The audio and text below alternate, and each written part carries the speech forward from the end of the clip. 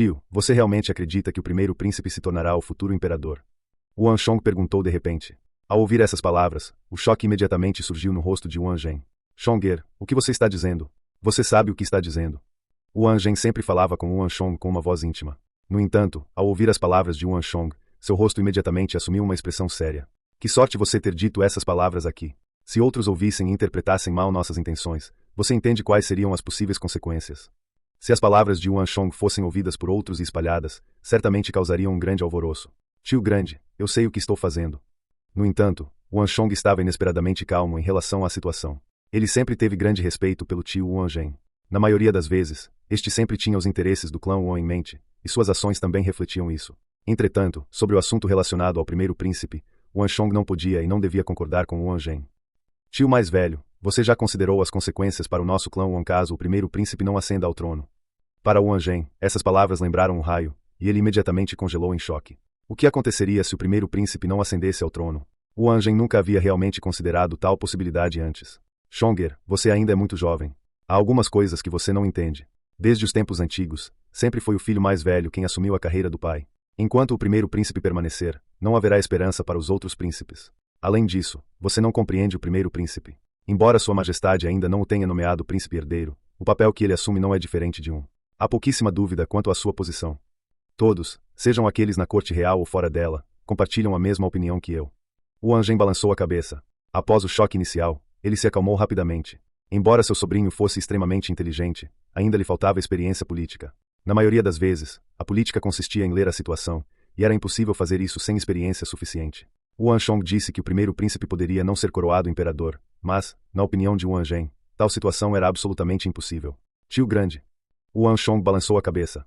Estou disposto a ouvi-lo em outros assuntos, mas, por favor, me perdoe por não concordar com você neste. O tio-avô disse que sempre foi o filho mais velho que assumiu a carreira do pai, e eu concordo com você nesse ponto.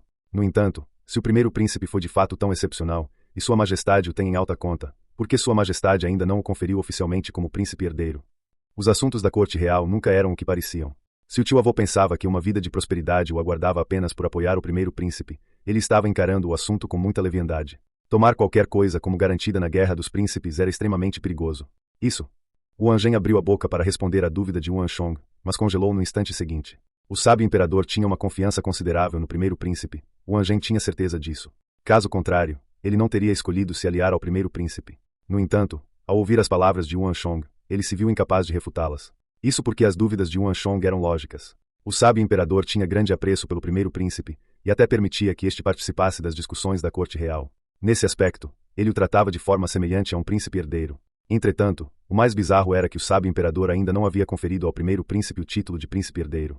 Era uma coisa quando o primeiro príncipe era mais jovem, mas muito tempo se passou desde então, e esse argumento não se sustentava mais. Até Wang Zhen já se viu perplexo com esse assunto uma vez, mas preferiu não pensar muito nisso. Xonger, o primeiro príncipe é o filho mais velho de Sua Majestade. Se Sua Majestade não tivesse a intenção de nomeá-lo príncipe herdeiro, não o teria permitido participar da política. Além disso, só porque Sua Majestade ainda não o nomeou príncipe herdeiro não significa que não o fará no futuro, argumentou Wang Zhen.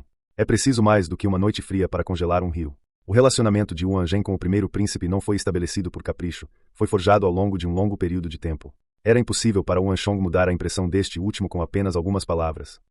Além disso, Sua Majestade é um imperador sábio, um grande soberano cujas realizações superaram em muito as de seus antecessores. Você acha que ele permitirá que seus filhos se matem? Disse Wang Zhen, revelando sua confiança em seus motivos pelos quais acreditava que o primeiro príncipe seria capaz de reivindicar o trono com sucesso.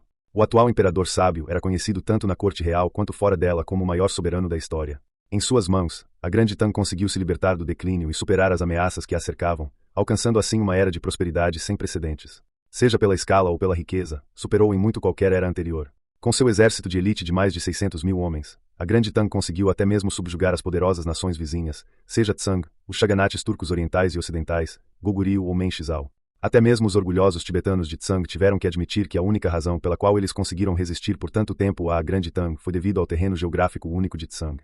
Foi somente devido à incapacidade dos soldados de se adaptarem ao ambiente do Planalto que Tsang conseguiu permanecer livre e destemido.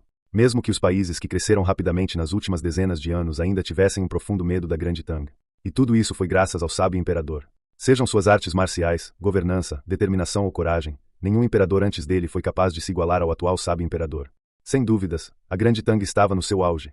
Se não fosse por sua recusa em respeito aos imperadores anteriores, o sábio imperador teria sido coroado pelos historiadores como o maior imperador da história. Muitas vezes, Wang Zhen sentiu-se feliz por ter nascido em tal época, o que lhe permitiu servir a um governante tão sábio.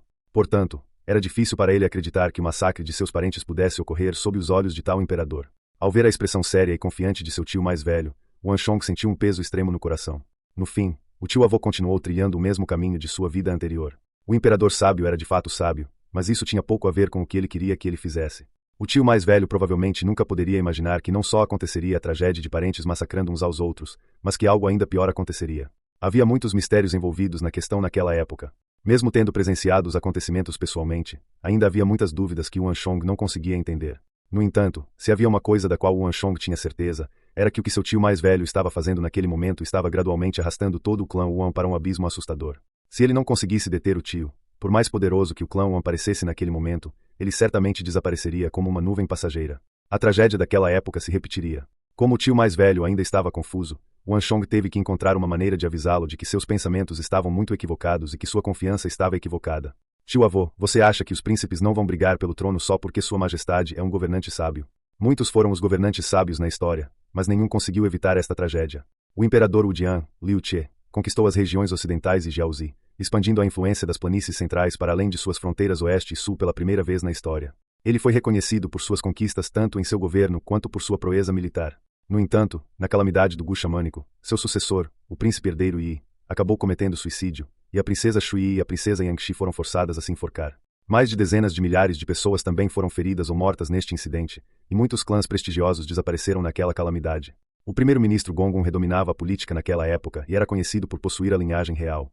O clã Gongun também era conhecido por ser uma família poderosa, com uma herança que remontava ao período dos reinos combatentes, e muitos o chamavam de clã número 1 do Grande Han na época. Em termos de posição e influência, até mesmo nosso avô teria dificuldade em se igualar a eles.